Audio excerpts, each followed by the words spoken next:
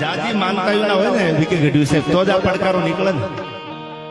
ઘણી વાર બાળક ભારતનું ભવિષ્ય બાળક ક્યારે કહેવાય કે જે ઘોડિયામાં ગામડા ગામનું ગામ હોય. મારે વાતો કરવી છે આગળ ઉપર પણ એક નાની વાત કરી દઉં. ગામડા ગામનું ગામ હોય એમાં ફળિયામાં ગાયું ભેહું બાંધી હોય અને ગામડાની દીકરી વાહિદું કરતા કરતા પોતાનો દીકરો ઘોડિયામાં ખોયામાં હૂતો હોય અને વાસીદું કરવા જાય, ફળિયું વાળવા જાય ગામડાની દીકરી, અને એમાં 12 મહિનાનો 6 મહિનાનો બાળક ઘોડિયામાંથી એના ઉલાળો મારી દે અને બહાર પડી જાય, રોતા રોતા બહાર પડી જાય, તો સમજી લેવું કે આ મોટો થાય તેથી ભારતનું ભાવિ બનવાનો. 6 મહિનાનું બાળક ઘોડિયામાં ખોયામાં જે બી જાડી જશે ઉલાળા મારવા માંડે તો સમજી લેવાનું કે આ ભારત માટે કે દેશ માટે કે રાજ્ય માટે પોતાના પરિવાર માટે કંઈક કરવાનો. 5-5 વર્ષના થાય લાડુ પડતું હોય ડગું ડગું ડગું ડગું, એ થોડા ભારતનું ભાવિ થઈ શકે યાર. એટલે તમે પડકારો જેટલા કરો છો ને કોક દીક બનશો ખરા. કંઈક શું બનવાની મને ખબર નથી, પણ બુટલેગર ન બનતા યાર. હા, હારા બનજો, નેક બનજો. ઘણી વાર કહું છું કે નશો એવો કરો, તમે બોટલનો નશો કરો ને તો કોક ઉતારી નાખે, પણ નશો એવો કરજો યાર કે કોઈના બાપથી તમારો નશો ન ઉતરે. નશો એવો કરો જીવનમાં તો કેવા નશા હોય એ પ્રસંગો આપને આગળ ઉપર આપું છું, પણ જોગીદાસ ખમાણ જેવાનો નશો કરો. વાલોવળના પાદરમાં જે સડાપ સડાપ સડાપ સડાપ સડાપ સડાપ સડાપ કરતા ડગલા દીધા અને આપણે નજર કરી આજના અધિકારીની સામે જવું હોય તો આ બટન બંધ કરવા પડે, ડિસિપ્લિનમાં જવું પડે, કોર્ટમાં જવું હોય તો બટન બંધ કરવા પડે. જેના મધ્યાન કરતા હતા, જેની સામે આમ નજર ન મિલાવાય, તેથી વાલોવળની બજારમાં સડાપ સડાપ સડાપ ડગલા દીધા કે કોના બાપની ત્રેવડ સાહેબ મારી હીલ માથે કાંકરીનો ઘા કરી શકે કે પણ જેતભાઈ રહેવા દો બાપા, જેતભાઈ રહેવા દો. એ કે તમે રહેવા દો, હવે પાણીની હેલ લઈને હું જાઉં છું વાલોવળમાં, તમે રહેવા દો. હવે જે બાજુમાં બેનપણી હતા આપ જાણો છો પ્રસંગા, પણ જે ફળિયામાં બેઠો છો એટલે મને હિતેશભાઈ યાદ આવે કે રહેવા દો. ચારણની દીકરી 11 વર્ષની હોય તોય ભલે, 7 વર્ષની હોય તોય ભલે. કોઈને એમ થતું હોય કે આ બધા કલાકારો વાતું કરે 7 વર્ષની દીકરી, તો આયુર્વેદના પાદરમાં બાગડતા બાગડતા બાગડતા ઘોડાની પડખડી વાગતી અને જય માતાજી કરીને પડકારો કર્યો. એક દીકરી હામી બોલી, બીજી દીકરી હામી જવાબ આપ્યો, 6 દીકરી જય માતાજી બોલી. 7મી દીકરી ટગર ટગર ટગર ટગર જોતી હતી, પેગડામાંથી પગ લઈ લીધો રાજપૂતે કે મારી ભૂલ નથી થઈ ને. ઘોડાના જેવી જાડે જશે પેગડામાંથી પગ લીધો, પગમાં પડી ગયા, લાકડી પડે એમ કે માં જય માતાજી. તેથી 7 વર્ષની દીકરીએ માથે હાથ મૂકી અને એટલું કીધું તું કે મંડ ઘોડા હાંકવા અને તારા ઘોડાના ડાબલે જો 18 હે પાદર નો આપું મામડિયાની ખોડિયાર બોલી નો બોલી થાવાયા.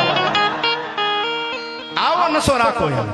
જે વાલોવળની બજારમાંથી આમ ડગલા દીધા કે તું રહેવા દે બેન, કે તમે રહેવા દો, મારી હેલ ઉપર કાંકરીનો ઘા થયો છે. અને હવે એ વાલોવળમાં જે હોય વાલોવળમાંથી જો એના મૂળિયા નો ઉખેડું તું લાખા મેળુની જેતબાઈ નો કહેવાવ, તમે રહેવા દો હવે.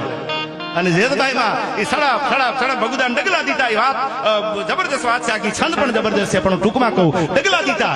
આપ જાણો છો આખી કથા, પણ જગદંબા જેવી ચારણ જગદંબા બેઠા ત્યારે મને યાદ આવે ડગલા દીધા કે ભૂલમાં જો કાંકરીનો ઘા કર્યો હોય તો કઈ વાંધો નથી, પણ જાણી જો કાંકરીનો ઘા કર્યો જો તારા મૂળિયા નો ઉખેડું તું જેતબાઈ જેતબાઈ નો કહો. જે ગિલોલી બનાવી આંબાનું લાકડું છે, આ ઉત્તર ગુજરાત જે આંબાની ભૂમિ કહી શકાય, આંબાનું ઝાડવું ઉસરવા દઉં તો લાખા મેળુની જેતબાઈ બોલી ન બોલી થાવ. કથા જાણો છો આખી. આજ પણ તમે જાઓ, હજી ભણકારા વાગે છે, હજી પડઘા પડે છે. આવો નશો રાખો, એ નશો કોઈનાથી ઉતરે નહીં. હું ચારણની દીકરી છું, અમારા કુળમાં જેતબાઈ જેવી જગદંબા છે, અમારા કુળમાં જગદંબા ખોડિયાર જેવી જગદંબા છે. અમારા કુળમાં એક ધળિયાનો ઘા કરી અને આને દીધી થી આવડ તોળી આને લાજાળું લોપે નહીં, ફરે ને ડગલું ભાણ અમાણે કરમી કશબ રાવું. જેના ઉગતા હુરદને થંભાવી દીધા, એ પરંપરામાં જેનો જન્મ થયો હોય એના રીને એ નશો રાખવાની જરૂર છે કે આ નશો કોઈનાથી ઉતરે નહીં. એટલે વધારે વિદ્વતાની કઈ વાતો નથી કરવી. મારે એક બે નાના પ્રસંગો આપને અને એક નાનું ગીત મારે આપને કેવું છે, પણ વાત કરી દો. આ બધા સમજદાર બધા બેઠા છો એટલા પ્રસંગ મને યાદ આવ્યા. બધા અનુપમા સિરિયલ અત્યારે બહુ હાલે ગઢવી સાહેબ. અનુપમા જોતા જોતા કેટલાય તો વાહિદું કરતા કરતા રોવા માંડે, કોઈ તો પાણીયાર આગળ જઈને માહુડા નુવા માંડે. અનુપમા દુખી બહુ છે. એકચ્યુઅલી અનુપમા દુખી નથી અને કરોડો કરી લીધા યાર. દુખી તો આપણે છીએ. સીઝન ફરી ગઈ, કપા બગડી ગયા. અનુપમાની ઉપાધિ કરો માં તમે. ત્યારે હું આ ભારત વર્ષની ગુજરાતની એક એક દીકરી માટે આ પ્રસંગ લાવ્યો છું અને એક એક દીકરી માટે આ પ્રસંગ બોલું છું. તમે અનુપમા સિરિયલ જોવો એનો વાંધો ન હોય, એના ગઢવી જોવાની હોય, યોગદાનજી જોવાય. તમે કોઈ હિન્દી મૂવી જોવો એની સામે કોઈ વાંધો ન હોય. જિંદગી જીવી લીધાની છે, અરસુરભાઈ કહેતા તો જીવી લેવાય, એમાંય વાંધો ન હોય. પણ ભારત વર્ષની જગદંબા જેવી દીકરીઓએ પોતાના ફળિયાની, પોતાના કુળની આબરૂ રાખવા માટે બે હાથમાં શમશેરો લીધી છે ને. આવી વિરાંગનાને કોકની યાદ કરી લેજો, એને કોકની વાંચવાનું ચૂકતા નહીં યાર. કોઈ દીકરી બજારમાં નીકળે, સિટીની સોસાયટીમાં નીકળે, જાડેજા સાહેબ એને બીક હોય કે મારાથી નીકળાય નહીં, હું એકલા કેમ જાઉં, અંધારું થઈ ગયું છે, હાંજ પડી ગઈ છે. એ દીકરીને ક્યારેક આ પ્રસંગો સાંભળી લેવા. આ ભારતની, આ ગુજરાતની એક એક આર્યનારી, એક એક દીકરી ઝાંસીની રાણી લક્ષ્મીબાઈ છે. એને બીવાની જરૂર ન હોય, એને થથરવાની જરૂર ન હોય. આવો એક નાનો પ્રસંગ મને યાદ આવે. એમપી ની ધરતી, ગુજરાતની તો આપણે ઘણી વાતો કરતા હોય, પણ મધ્યપ્રદેશની ધરતી, મધ્યપ્રદેશમાં જાડેજા સાહેબ ઇન્દોર છે. ઇન્દોરના મહારાજા યશવંતરાય હોલકર. અને સાંભળજો, આવા હતા દેશની વિરાંગના માટે હું ઘણા અનુપમા જો એના માટે આ પ્રસંગ કાયમ દોરાવું છું. વિકે ગઢવી સાહેબ ઈ યશવંતરાય હોલકરની દીકરી જેનું નામ હતું એ કહો આપને આગળ ઉપર, પણ પોતાના બાપનું અવસાન થયું. યશવંતરાય હોલકરનું અવસાન થયું. અંગ્રેજો ભારતમાં પગ દીધા અને એક પછી એક રાજાઓના રજવાડા છે અંગ્રેજો સર કરતા જાય. વ્યૂહરચના કરવામાં આવી, ઇન્દોરનું રાજ પડાવી લેવાનું છે. આ દીકરીઓ માટે હું ખાસ પ્રસંગ મારા ડાયરામાં દોરાવતો હોઉં છું કે ઇન્દોરનું રાજ લઈ લેવાનું છે. યશવંતરાય હોલકરનું અવસાન થઈ ગયું છે, હવે લઈ લો ઇન્દોર. તો કરો લાંબી, ખરો બંદૂકો તૈયાર. તેથી દિવાલે કાન દઈને 22 વર્ષની દીકરી ટગર ટગર ટગર જોવે છે, પણ કોઈ દેખાતું નથી, ખાલી અવાજ આવે. દિવાલે કાન દઈ દીધો. આમ કોનો અવાજ આવે છે? મંત્રીમંડળ ભેગું થયેલું, મોટા મોટા વિદ્વાનો ભેગા થયેલા વડીલો, કે હવે આપણું રાજ જવાનું છે, મારો બાપ નથી દુનિયામાં. લોક સાહિત્યનો દુઓ છે મેં જેસલમેરની ભટીયા, અમારા કુળનો એક સ્વભાવ, બેટા રણ જૂજી મરે અને બેટી ચડાવે ખા. જેના દીકરા ઢીંગણામાં ખપી જાય એની દીકરીઓ હાથમાં તરવારું લઈ લેતી. આ આપણા દેશની ધરોહર છે. તેથી 22 વર્ષની દીકરી કુલદીપભાઈ દિવાલને કાન દઈ અને સાંભળતી હતી. અને બધા આયોજન કરતા હતા કે યુદ્ધ કેમ કરવું, કઈ રીતે યુદ્ધ કરવું. હવે તો બાપનું રજવાડું જવા બેઠું છે, આયા આપણી જમીનના હિમાળા અંગ્રેજો દબાવી દેવાના છે.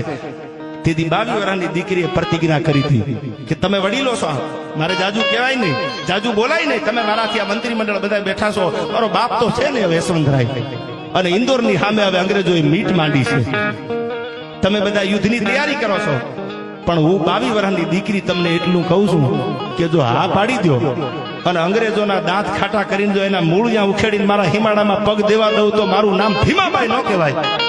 તેથી 22 વર્ષની યશવંતરાય હોલકરની દીકરી ઇન્દોરના પાદરમાંથી 2 શમશેરું લઈ, એક નહીં, 2 નહીં, 3 નહીં, 2500 યોદ્ધાઓના સૈન્યને તૈયાર કર્યું. અને આ દેશની દીકરી પોતાનો ભાઈ નથી, પોતાનો બાપ નથી, અને મારો બાપ કે મારો ભાઈ ન હોય અને મારા હિમાળા કોઈ દબાવી જાય એમ 2 હાથમાં તરવારું લઈને ઘોડાના પેગડે પગ દીધા. જેમ 1857 ના વિપ્લવમાં ઝાંસીની રાણી લક્ષ્મીબાઈ લડ્યા યુદ્ધમાં, એવી રીતે 1817 ના યુદ્ધમાં અંગ્રેજોની હુકુમત સામે જાડેજા સાહેબ ભીમાબાઈ નામની 22-23 વર્ષની દીકરી 2 તલવારું લઈ અને યુદ્ધના મેદાનમાં ઉતરી કે હું વિરાંગના છું અને મારા હિમાળા મારે સાચવવાના છે. કોક દી શીખવું હોય તો આવી કથાયું સાંભળજો, આવી કથાયું શીખી લેજો. આ નશો કોઈનાથી ઉતરશે નહીં યાર, આ નશો કોઈનાથી નહીં ઉતરે.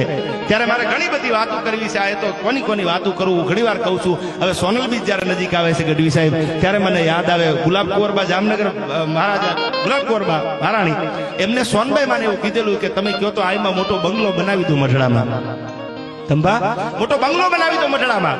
ત્યારે ગુલાબ કુંવરબા ને હોનબાઈ માં દાંત કાઢતા કાઢતા એટલું કીધું, ગુલાબ કુંવરબા અમારા ચારણની દીકરીઓને જો બંગલાના મોહ હોત ને, અમારી ચારણની દીકરીઓને મોટી મેડીના મોલાતુના બંગલાના મોહ તો તમારા ધણીને ઘોડાના ડાબલે 1800 પાદર ન આપી દીધા હોત.